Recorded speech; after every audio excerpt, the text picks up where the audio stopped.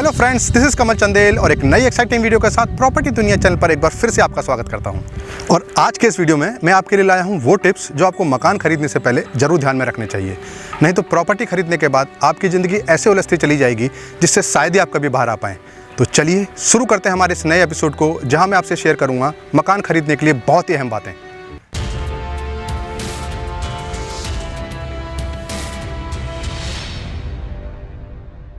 आमतौर पर एक मकान खरीदने का फैसला हमारी भावनाओं से जुड़ा होता है और इसे खरीदते समय अक्सर हम जल्दबाजी दिखाते हैं और बिना कुछ प्लानिंग के हम इसे खरीद लेते हैं। कभी कभी हम अपने दोस्तों और रिलेटिव्स के कहने से मकान खरीद लेते हैं और कभी इसलिए कि अपने आस पड़ोस में सभी को मकान खरीदते देख हमारा अहम हम पर हावी हो जाता है। मगर क्या आपको पता है, इस फैसले को पूरा करने के लिए हमें बहुत अधिक प्लानिंग, सावधानी और खोजबीन की ज़रूरत होती है। साथ ही साथ हमें इसके लिए बहुत अधिक फोकस्ड अप्रोच भी रखनी पड़ती है, नहीं तो अक्सर हम दूसरे लोगों का शिकार हो जाते हैं।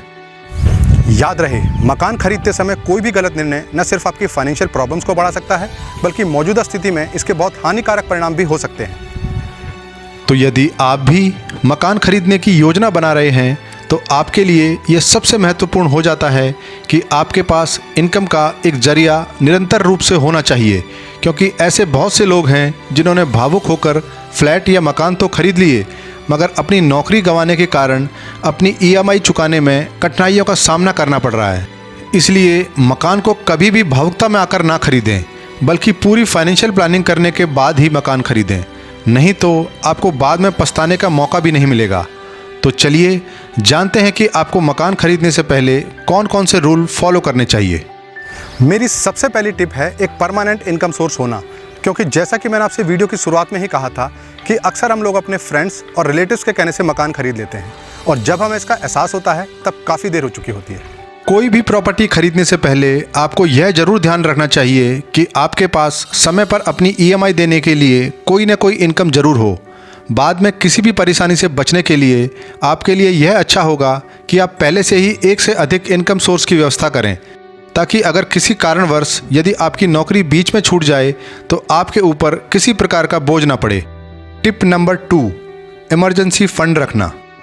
हम में से बहुत से लोग इमरजेंसी फंड्स को इग्नोर कर देते हैं, मगर भविष्य में जब हमें जॉब लॉस या बिजनेस लॉस झेलना पड़ता है तब हमें पछतावा होता है कि हमने इमरजेंसी फंड क्यों नहीं रखा।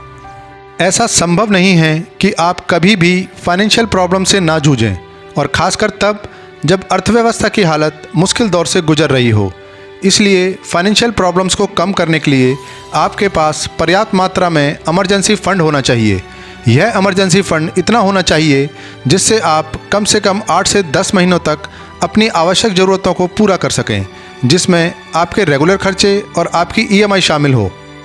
Tip number 3, ready to move projects में ही पैसा लगाएं। जैसा कि आप जानते ही हैं कि भारतीय अर्थव्यवस्था पिछले 4-5 सालों से खस्ता हालत में है और इस महामारी के बाद इसका अच्छा खासा असर रियल एस्टेट मार्केट पर भी पड़ा है, जिसके चलते बहुत से प्रोजेक्ट सालों से ठप पड़े हैं और कुछ प्रोजेक्ट तो बंद भी हो गए हैं। इसलिए जितना संभव हो सके अभी आप रेडी टू मूव प्रोजेक्ट में ही पैसा लगाएं, क्योंकि यदि आप किसी अंडर कंस्ट्रक्शन प्रोजेक्ट में पैसा लगाते हैं तो आपको पोजीशन पाने के लिए लंबे समय का इंतज़ार करना पड़ सकता है। मगर यदि आप कॉमर्शियल प्रोजेक्ट में पैसा लगाते हैं तो जितना हो सके अंडर कंस्ट्रक्शन प्रोजेक्ट में ही पैसा लगाएं, क्योंकि कॉमर्शियल प्रोजेक्ट के स्टक होने के चांसेस रेजिडेंशियल प्रोजेक्ट के काफ़ी कम होते हैं। और दूसरा, अंडर कंस्ट्रक्शन प्रोजेक्ट में पैसा लगाने से आप अच्छा कैपिटल एप्रिसिएशन भी ले सकते हैं। और प्रॉपर्टी में पैसा लगाने का सही वक्त मौजूदा समय में ही है, क्योंकि जब अर्थव्यवस्था सुधरने लगेगी तब प्रॉपर्टी के रेट भी आसमान छूने लगेंगे और तब उसमें पैसा लगाना जोखिम भरा हो जाएगा। यदि आप मौजूदा समय में पैसा लगाते हैं तो आपको रेडी टू मूव प्रॉपर्टी में भी छूट मिल जाएगी और साथ ही साथ आपको प्रॉपर्टी भी अपनी पसंदीदा लोकेशन पर उपलब्ध हो सकती है। Tip number 4, bank loan from government banks. Salaried class लोगों को मैं सरकारी बैंक से ही लोन लेने की सलाह दूंगा, क्योंकि प्राइवेट बैंक्स में सरकारी बैंक के मुकाबले पेनल्टी और सर्विस चार्ज बहुत ज़्यादा होते हैं। यदि आप बैंक से लोन ले रहे हैं तो जितना हो सके सरकारी बैंकों से ही लोन लेने की कोशिश करें, क्योंकि यदि आप प्राइवेट बैंक से लोन लेते हैं तो वो आपसे शुरुआती दौर में ब्याज ज़्यादा लेंगे और प्रिंसिपल अमाउंट बहुत कम, जिसके चलते यदि आप भविष्य में लोन चुकता करने की कोशिश भी करते हैं तो आपका प्रिंसिपल अमाउंट वहीं का वहीं खड़ा रहता है। मगर सरकारी बैंकों में ऐसा नहीं है, क्योंकि वो आपके ब्याज के साथ साथ असल भी कम करते हैं, जिससे आपको लोन चुकाते समय बहुत लाभ मिलता है। टिप नंबर 5, रजिस्ट्री और ट्रांसफ़र के लिए अलग से फ़ंड रखना। यदि आप नोएडा में प्रॉपर्टी ले रहे हैं तो इस बात का ज़रूर ध्यान रखें कि यहाँ पर प्रॉपर्टी की रजिस्ट्री के अलावा प्रॉपर्टी के ट्रांसफ़र में भी अच्छा खासा खर्चा आता है, जिसे अक्सर लोग अनदेखा कर देते हैं। इसलिए यदि आप किसी भी सेलर से प्रॉपर्टी खरीदें तो उससे पहले ये तय कर लें कि वो इस प्रॉपर्टी के ट्रांसफ़र का खर्चा उठाएगा या नहीं, और यदि वो ऐसा नहीं करता है तो वो पैसे आपको देने पड़ेंगे, जिससे आपके ऊपर आर्थिक बोझ और बढ़ जाएगा। याद रहे, एक गलत इन्वेस्टमेंट आपकी ज़िंदगी हिला सकती है। इसलिए यदि आप भी घर खरीदने की योजना बना रहे हैं तो मेरे इन टिप्स को फॉलो करें, जिससे भविष्य में आपको किसी भी प्रॉब्लम का सामना ना करना पड़े।